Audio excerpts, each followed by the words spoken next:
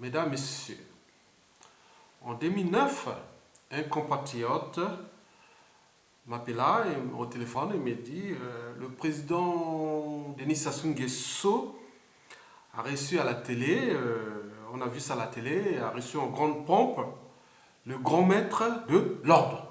Donc il n'y comprenait rien. Il dit c'est quoi le grand maître de l'ordre? Donc j'ai souri un petit peu. Je lui ai alors dit que les grands maîtres de l'ordre, c'est le représentant des sociétés secrètes. Il n'y comprenait rien. Oui, bien sûr, l'inégalité entre couches sociales, culture, société et civilisation n'est pas fondée sur la nature.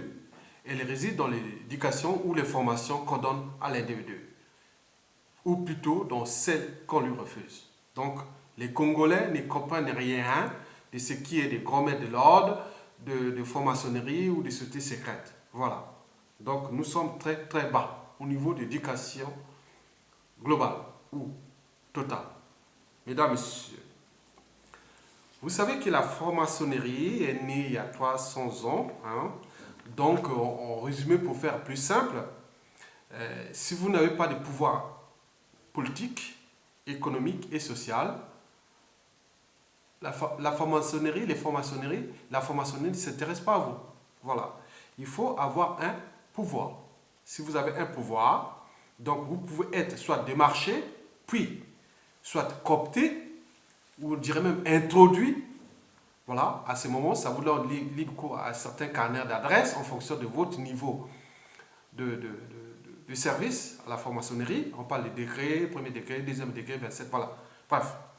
Donc, vous savez que vous pouvez avoir les carnets d'adresse des soi-disant des grands de ce monde, qui eux aussi sont dans l'idéal même de ce qu'on appelle, je dirais même, les trucs cachés. Parce que pour moi, tout ce qui est secret, c'est qu'on cache quelque chose. Donc, si on cache quelque chose, il y a un problème. Donc, on est dans la culture globale, on ne devrait pas cacher quelque chose, surtout quand on a à la charge du destin commun. Sur différentes échelles, ça peut être local, régional, national, continental et voire planétaire. Mesdames, Messieurs, alors, peuple congolais, la franc-maçonnerie est-elle le danger de l'écosystème politique, économique et sociétal à l'échelle nationale? Ma réponse est à la fois oui et non. D'abord, non. Et pourquoi? J'en ai plusieurs raisons. Bon, la première, en mon âme et conscience, je serai toujours du côté de la libre pensée, la liberté des cultes, la liberté d'expression et d'association. Et par conséquent, la franc-maçonnerie ne devait pas pour moi poser problème à la problématique précitée. 2. En mon âme et conscience, celui ou celle qui ne sait pas gérer son cerveau a tout perdu. Oui. Voilà, c'est-à-dire, par exemple, c'est les Congolais eux-mêmes qui laissent leur cerveau géré par ces sociétés secrètes. Et sur différents niveaux de responsabilité, c'est vous qui sont à la fois acteurs et victimes. Et aussi acteurs de la situation, des impacts négatifs qu'apporte la franc-maçonnerie à l'échelle congolaise. 3. En mon âme et conscience, la franc-maçonnerie n'est pas la solution de vos intérêts politiques et économiques et sociétals. Bien au contraire, c'est le problème. Alors, pourquoi on ne trouve pas la franc-maçonnerie sur les pays arabes, en Inde, en Asie, partout les pays qui avant, on ne trouve que ça en Afrique. Ils ont élu maintenant leur domicile en Afrique. Tout président africain qui arrive, il est franc-maçon, surtout en Afrique francophone. Donc, il y a un problème.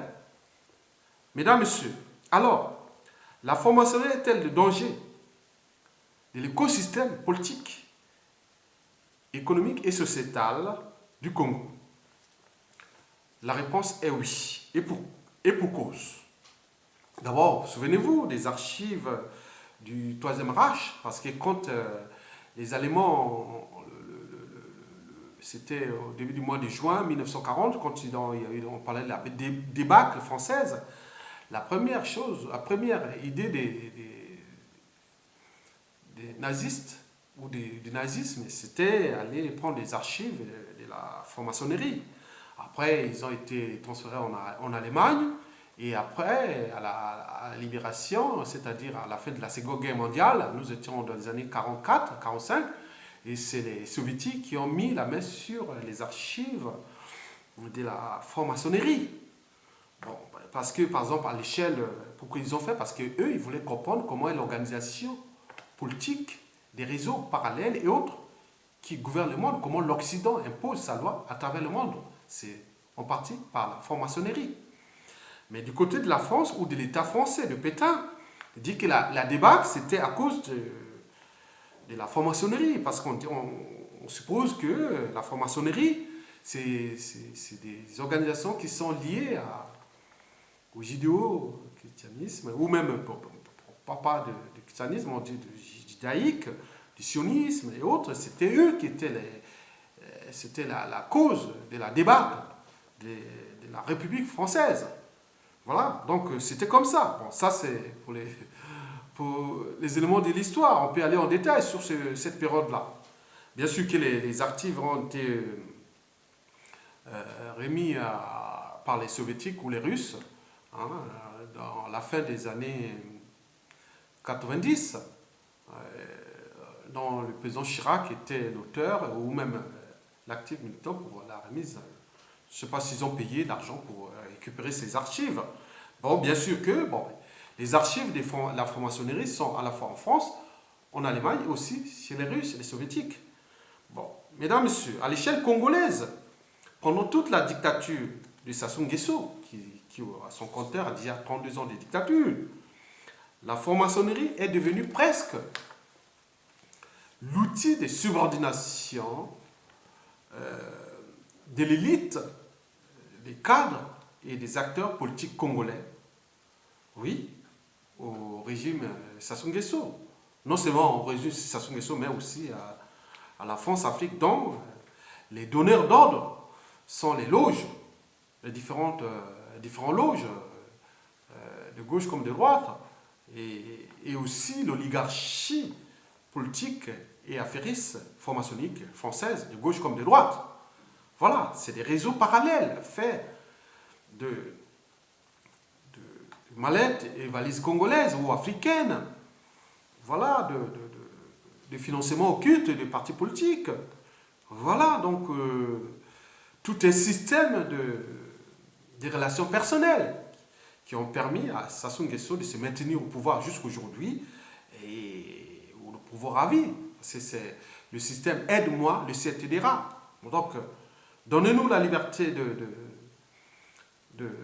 dominer le Congo ou le pays carré français, et avec les syndicats des dictateurs ou des francs-maçons à la tête des États d'Afrique francophone, vous resterez au pouvoir à vie.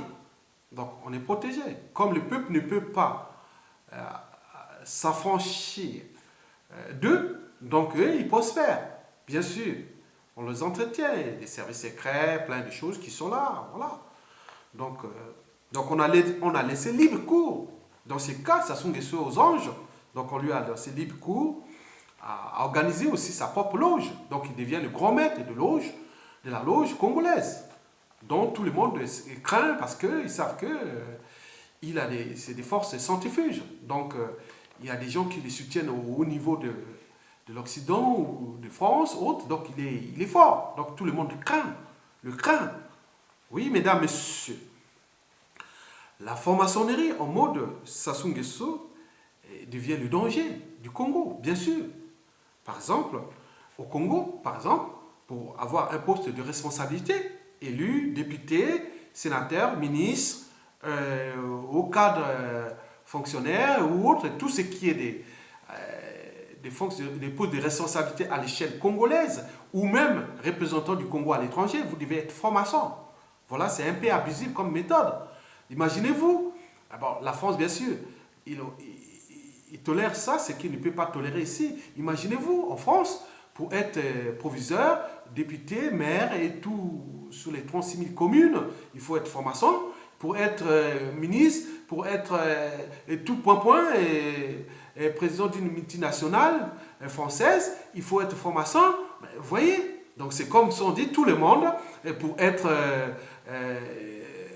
pour avoir ces postes de responsabilité, il faut être musulman, par exemple. Dans le monde entier, on fait comme ça. Ou pour être ces mêmes postes, il faut être chrétien ou catholique. Voilà. Donc c'est un peu abusé comme méthode. Donc, c'est pas bon, ça n'arrange pas la situation des peuples, mais ils sont que là pour leurs intérêts particuliers. Ils ne sont pas dans l'intérêt général.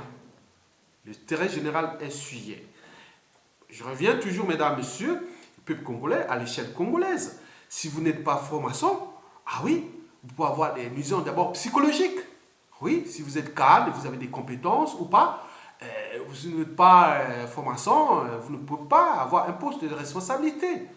Bon, il y a aussi des nuisances sociales, au niveau du statut social d'ailleurs. Donc, vous ne pouvez pas accéder à certains postes de responsabilité. Donc, vous devez être là pour avoir ces postes-là. Voilà. D'ailleurs, il y a quelqu'un qui a essayé un peu de me coopter. Il dit, ah, monsieur Ayatonga, avec tes écrits, avec ta couverture là, il semble que demain, si ça tombe, tu pourras avoir des postes de responsabilité au Congo, pour avoir les carnets d'adresse et tous ces réseaux. Il faut que tu deviennes franc-maçon. Moi, je dis, non, mon Dieu, c'est pas moi. Moi, non, je ne suis pas comme ça. J'ai ma maman libre et consciente. Je ne suis pas obligé d'être franc-maçon. Ah, monsieur, si vous ne faites pas franc-maçon, vous avez tout perdu. Bon, c'est pas grave. Perdre par rapport à quoi? Moi, ma tête est encore là. J'ai ma liberté de penser, d'écrire. Voilà. Je suis dans la stricte application de l'article 11 de la Déclaration des droits de l'homme et du citoyen datant de 1789, que j'ai la liberté de communiquer, de publier, et de penser, tout ça. Voilà. Donc, dans le respect de la loi. Donc, pour moi aussi, bon, je dis à l'échelle congolaise, la franc-maçonnerie, au mot de Sassou Nguesso, c'est aussi les droits de vie et de mort. Sassou Nguesso a les droits de vie et de mort sur tout individu.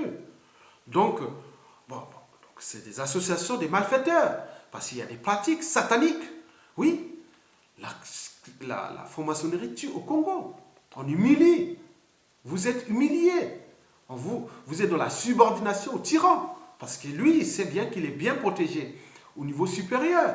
Voilà. Donc, la franc-maçonnerie, au mot de Sassou Nguesso, est liée au crime de sang et du sang des autres, des crimes de masse, des génocides.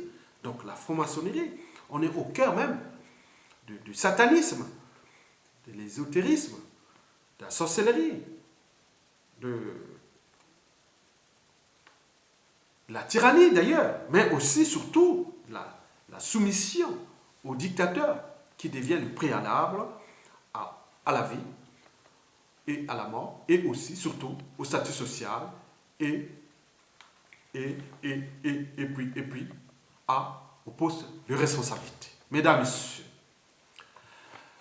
je viens de vous démontrer que, sans aller plus loin, on pourra avoir un autre sujet, un autre moment de discuter en profondeur par rapport à la réalité, parce que c'est qu'il y a des informations qui arrivent du pays, dont certains de nous-mêmes, membres de famille ou des amis qui ont été dans ce système-là, ils disent non, mais c'est humiliant, on fait des choses qui ne sont pas bonnes, trafic d'offrissement, des choses vraiment bizarres. Donc, mesdames, messieurs, la franc-maçonnerie au Congo est donc structurellement et potentiellement problématique au droit à la vie,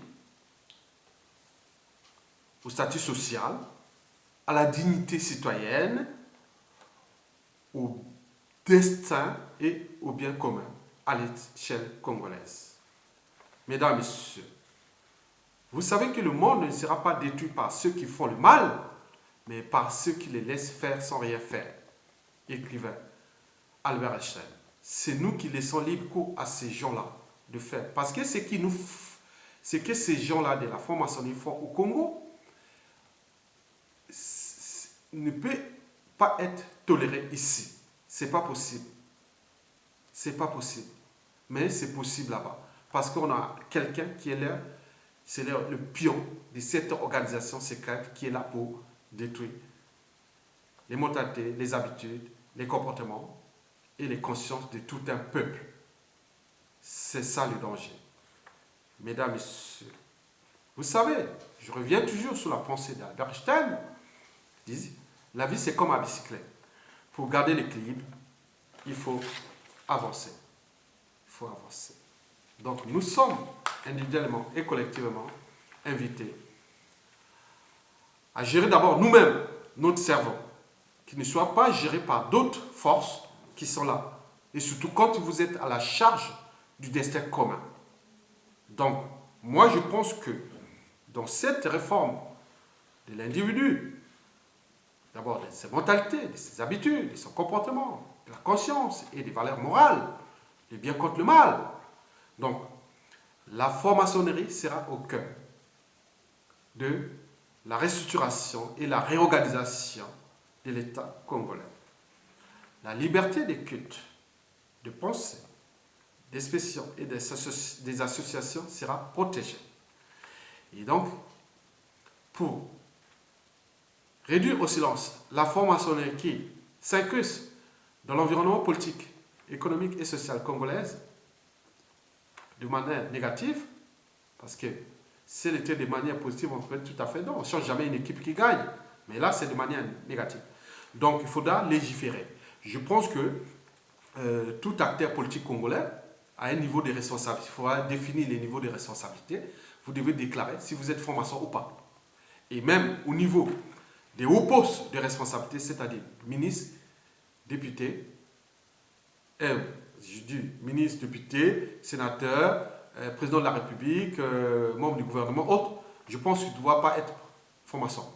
Et donc mettre les mesures coercitives, de sens de haute trahison ou de peine de prison pour ces gens-là. Donc il faudra tout organiser autour de là. Parce qu'ils ne voient pas la franc-maçonnerie dans le monde arabe ni ailleurs. Mais ces pays avancent, au Japon, au Corée du Sud, partout, ils avancent. Il n'y a pas la franc-maçonnerie. Donc la dette congolaise, par exemple, la franc-maçonnerie a abusé de 15% du PIB congolais. Donc ils ne viennent pas pour faire... non. C'est des gens qui sont là pour les processus de domination, voilà, et des subordinations de tout un peuple par rapport à des structures écosystémiques qui sont la France-Afrique et aussi la France. Mais pas la France en termes de contribuables, non. La France, c'est une oligarchie politique, affairiste, franc-maçonnique, qui abuse des deniers publics de ces États pour entretenir des monstres, des primitifs, des sauvages et des barbares qui sont là pour créer, commettre des crimes de sang et de masse et restent là à vie au pouvoir. D'où l'enjeu de repenser ça. La réforme des mentalités. Oui. L'inégalité entre coût social, culture, société et civilisation n'est pas fondée sur la nature. Elle réside dans l'éducation, l'information qu'on donne à l'individu. La franc-maçonnerie fait partie des sociétés secrètes. Qui dit secret, ça cache quelque chose. Donc si nous ne savons pas ce qui cache, donc nous ne pouvons pas admettre que cette organisation soit incrustée dans les affaires intérieures, et surtout quand les citoyens congolais sont à la charge du destin commun ou du destin de tout un peuple. Et nous devons repenser ça, bien sûr, soit par voie référendaire avec les institutions nouvelles. Nous devons repenser ça ensemble. Parce que la franc-maçonnerie, si elle avait servi le Congo, ça se saurait. Mais elle a détruit le Congo en entretenant un morceau qui est là, encore là au pouvoir. Et ce n'est pas encore terminé. Ils sont là, ils prospèrent. Et donc c'est le danger. Mesdames, Messieurs, je vous remercie.